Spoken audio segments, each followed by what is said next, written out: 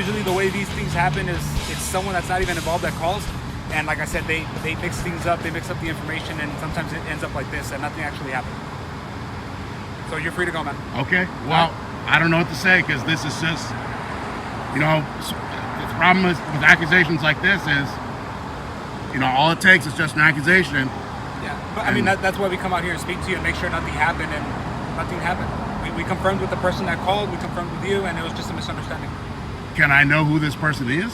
That you can get it to public records. I can't provide you that information, but you can get it to public records. Who's this person over here? That's one of the, I guess, an individual that my partner's talking to. But like I said, all this call, you can get the event number to public records. You can get the call notes on public records. Maybe even who called on public records. You know where to go for that, right? I mean, I know how to do that stuff. I'm just trying to get as much information as I can from you right now, if I can. Yeah, that's pretty much all the information I can give you, man. Okay. But like I told you, it was just a misunderstanding. And don't be surprised, man. We get those calls a lot. People just watching out after another, especially young females. Well, Officer Sierra, I'm listening to the words coming out of your mouth, but at the end of the day, what I want to know is, based on all the information that you kept giving me about people making phone calls with concerns about something they thought they saw, and 15-year-old girls that might have been my neighbor or might not have been, and whether I had asked them to get inside my vehicle with me or entice them in any way. All I want to know is, at this point, based on you personally, Officer Sierra, or any of the officers that you worked with that day as part of this investigative detention, I want to know what the reasonable, articulated suspicion was for my investigative detention. So I keep hearing the words coming out of your mouth that there was a phone call, that someone had reported something. But at this point, I want to know more than that. I want to know, based on just that phone call, just that report, how you or your partners developed reasonable, articulated suspicion as required by the Supreme Court case law of Terry v. Ohio to initiate an investigative detention of myself and my vehicle. So, break down those three words. Reasonable. Not all seizures are, in this country, the Fourth Amendment doesn't prohibit all seizures, searches and seizures. It only prohibits unreasonable searches and seizures. So it's your job and any of the other police officers you were working with to articulate in words and writing how the investigative detention of myself on September 2nd was reasonable according to U.S. Supreme Court case law, Texas state case law, Fifth Circuit appeals court case law, all the case law that applies to the jurisdiction of Socorro, Texas, which is the United States Supreme Court, the Fifth Circuit Court of Appeals, the Texas State Supreme Court, and then any other Texas state court case law that applies to West Texas. So that's what I'm looking for at this point, is the reasonable, articulated suspicion based on whatever information or whatever phone calls came to the Socorro, Texas Police Department on September 2nd or any other day regarding myself as to why I was to be detained for an investigative stop as a criminal suspect. I mean, like I said, I keep hearing the words out of your mouth that a phone call came in, but it's the Socorro, Texas Police Department and Officer Sierra's job to now articulate how that information that came in by phone became reasonable, articulated suspicion to detain myself, ANDREI K. LAGERGREN, on September 2nd, 2021? That's what I want to know. That's why I submitted this open records request. We'll see what happens from there. But that's the big question I have is, what was the reasonable, articulated suspicion to detain me at the ice machine for speaking to this 15-year-old girl that supposedly exists? I don't even know if that's true or not. I guess I'll just have to take your word for it. But, a random person makes a random phone call and makes a random accusation. If law enforcement wants to detain me based on a random phone call about a random accusation, then what I want to know is how law enforcement justifies reasonable, articulated suspicion of a crime to initiate a Terry stop and a Terry stop investigative detention on myself. That's my question. All right, so this little video is part 2 of this series that's beginning. Obviously, it's a little series because there's many more questions to be asked. There's many records that I need to get in my hands. There's just a lot of unanswered questions and a lot of things that I need to know about what the fuck is going on here. So this little video will be part 2 of this series that I'm starting about my investigative detention on September 2nd by the Socorro, Texas Police Department. And if anybody wants to be CC'd on the emails that I send in the future for the future open records requests for any information regarding this stop, you can leave your email address in the comments section below, or you could text me your email address. My number is 915-781-4330. That's 915-781-4330. Just text me your email address.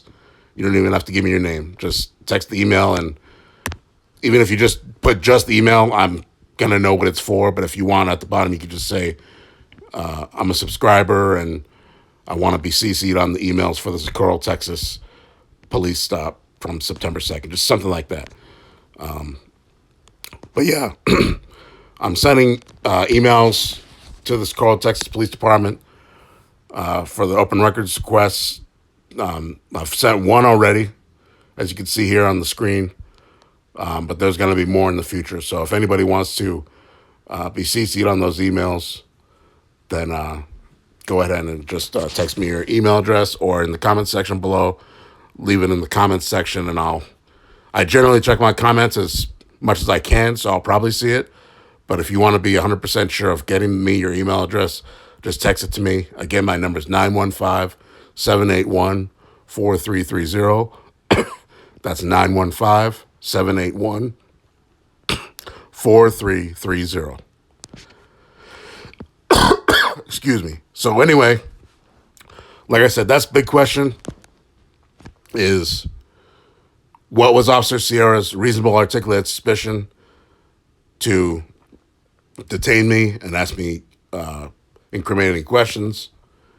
What was the reasonable, articulated suspicion of any of his partners who also were involved in this investigative detention, or any other Socorro Police Department officer, or any other Texas peace officer, or any other law enforcement officer that might have been involved in this whole situation from some other location? I don't know if somebody else was, monitoring and involved with this situation from some office building, So that's the biggest question I have right now, but there's many others. But that's the biggest one, is what was the reasonable, articulated suspicion? All right, guys, so let me just show the rest of this little video.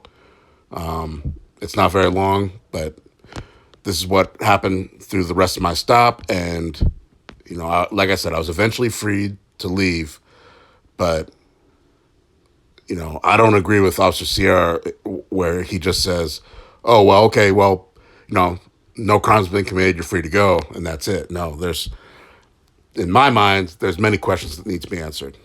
And like I said, the first big one is, what was his reasonable, articulated suspicion that I needed to be detained. You know, under the Fourth Amendment, where I wasn't free to leave if I wanted to, where he went from consensual encounter to investigative detention. What was his reasonable articulated suspicion? How can he justify that? Him or any of his partners or any other law enforcement officer that works in his agency? That's my big question. All right, guys, so here we go with the video.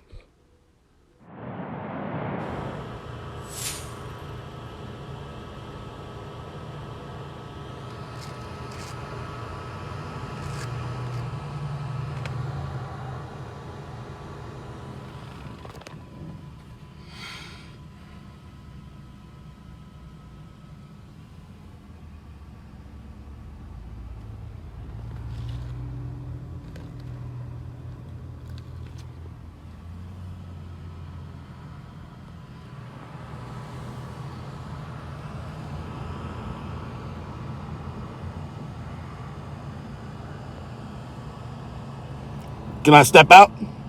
Yeah. Okay.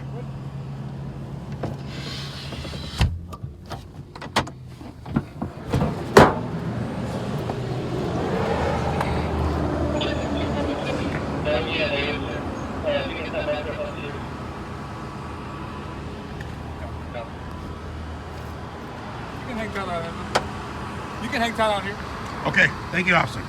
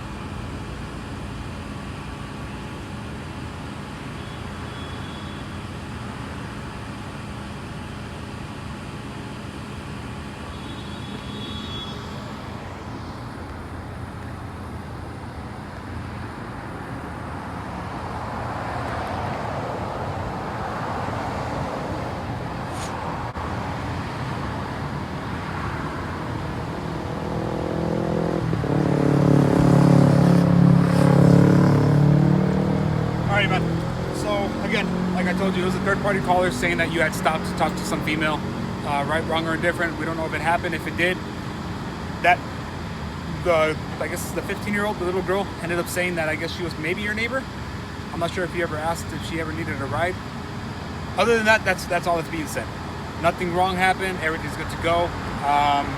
We have no crime committed, so you're free to go. Well, I'm just going to put this on the record, is I haven't talked to any women, period, in this Horizon, Socorro, nothing. Especially, 15. under 18 girls. No. Yeah. No, and I get you. I don't know what you're talking about. I haven't offered anybody rides, nothing like that. And that's good, and I appreciate you telling me that. But like Yeah. I said, it's just a third-party caller. Usually the way these things happen is it's someone that's not even involved that calls. And like I said, they mix things up, they mix up the information, and sometimes it ends up like this, and nothing actually happened. So you're free to go, man. Okay, well, I don't know what to say, because this is just, the problem with accusations like this is, all it takes is just an accusation. Yeah, but I mean, that's why we come out here and speak to you and make sure nothing happened, and nothing happened. We confirmed with the person that called, we confirmed with you, and it was just a misunderstanding. Can I know who this person is? That you can get it to public records. I can't provide you that information, but you can get it to public records. Who's this person over here? That's one of the, I guess, an individual that my partner's talking to. But like I said, all this call, this whole, you can get the event number through public records. You can get the call notes on public records. Maybe even who called on public records. You know where to go for that, right? I mean, I know how to do that stuff. I'm just trying to get as much information as I can from you right now, if I can. Yeah, that's pretty much all the information I can give you, man. Okay. But like I told you, it was just a misunderstanding. And don't be surprised, man. We get those calls a lot.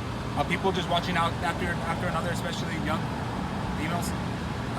I can understand that, but I'm just very surprised that someone pointed the finger at me because I have no interaction with. I have interaction with very little people except the police, actually. Yeah. So. Yeah, I know that, man. I'm just very. This really came out of left field for me. I mean, I'm not going to say anything else because I don't want anybody to make any other assumptions or speculations. No, man, you're good. Like I said, you're free to go, dude. There's no more. It was just a misunderstanding. You're good to go. Okay. All right. Thank you, officer. Take care, man. Yep.